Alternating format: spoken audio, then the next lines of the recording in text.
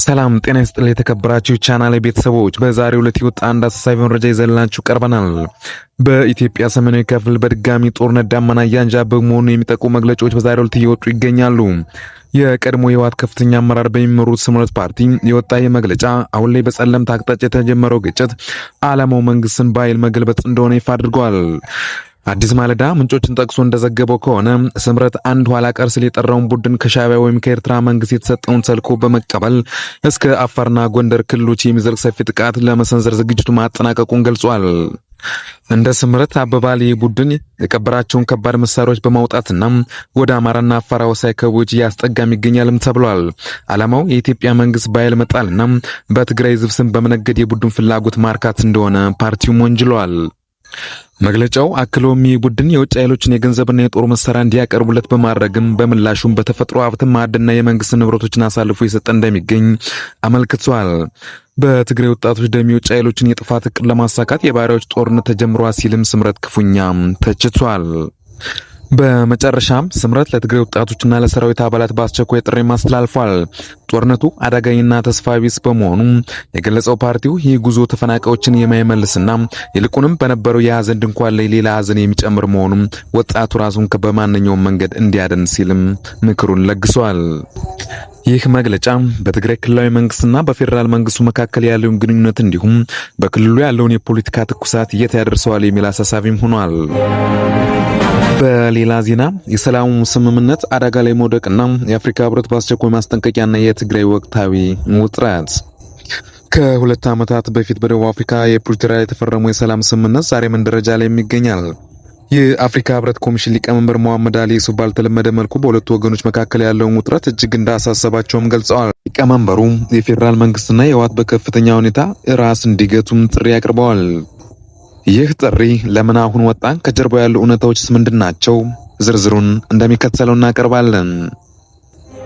መሐመድ አሊ ዩሱፍ በመግለጫቸው የተጠቀሙባቸው ቃላት ለስላሳ ዲፕሎማሲያዊ ቃላትም አይደሉም።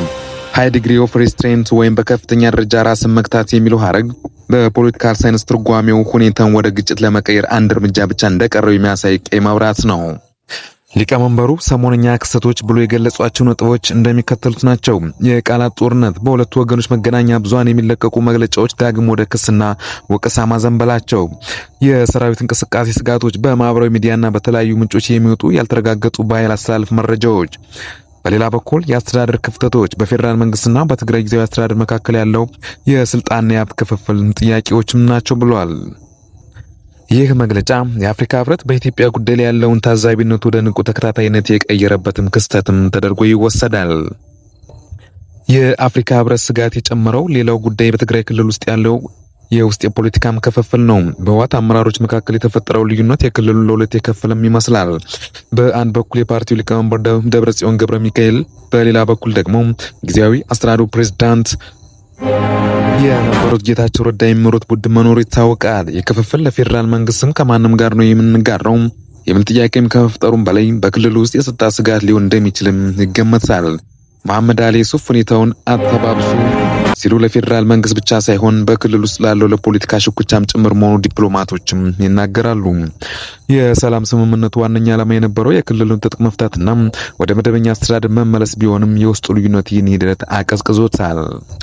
ሰላም ውድ ዋጋ ያስከፍላል። የፕሪቶሪያው ስምምነት በኢትዮጵያ የነበረውን ደም መፍሰስ ማቆሙ ትልቅ ስኬት ቢሆንም አተጋግብሩ ላይ ግን ጥያቄዎችም እየተነሱበት ይገኛሉ።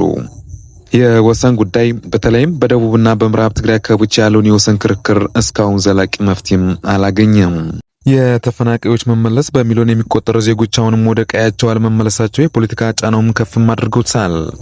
የኢኮኖሚያዊ ቀስ የክልሉን ዳግም ግንባታ በታሰበው ፍጥነት አለመሄዱ ለወጣቶቹ ብስጭትና ለፖለቲካ አለመረጋጋት ምክንያትም ሆኗል ተብሏል። የአፍሪካ ህብረት ስጋት እነዚህ ያልተመለሱ ጥያቄዎች ተጠራቅመው ወደ አዲሱ ግጭት እንዳያመሩ ነው መሐመድ አሊ ዩሱፍ ያቀረቡት ጥሪ ሁለቱ ወገኖች ከስሜት ወጥተው ወደ ህጋዊና ስልታዊ ውይይት እንዲመለሱ የሚያሳስብ የሰላም ደውል ነው ተብሏል።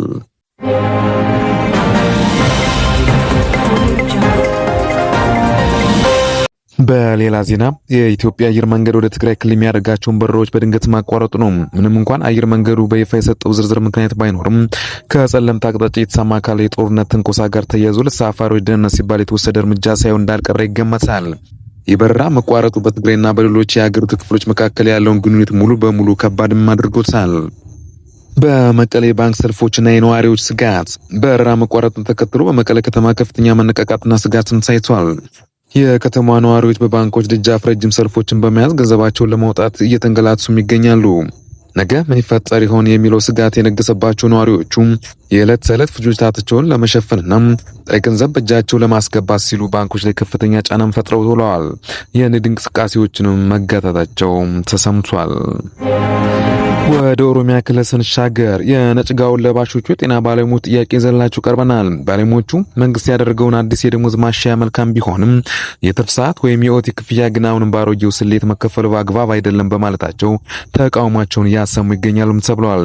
ክፍያው በአዲሱ መዋቅር መሰረት እንዲታሰብላቸውና የኑሮ ውድነቱን የሚመጥን እንዲሆን የክልሉ መንግስትም ጥሪ አቅርበዋል። ውድ ተመልካቾች አድማጮቻችን እነዚህ መረጃዎች ወዳጅ ዘመዶ በማጋራት የበኩላችሁ እንድትወጡ እንጠይቃለን። ወቅታዊ መረጃዎችን በፍጥነት ለማግኘትና ቻናላችን ሰብስክራይብ በማድረጋችሁ እንዳትረሱ። መልካም ቆይታ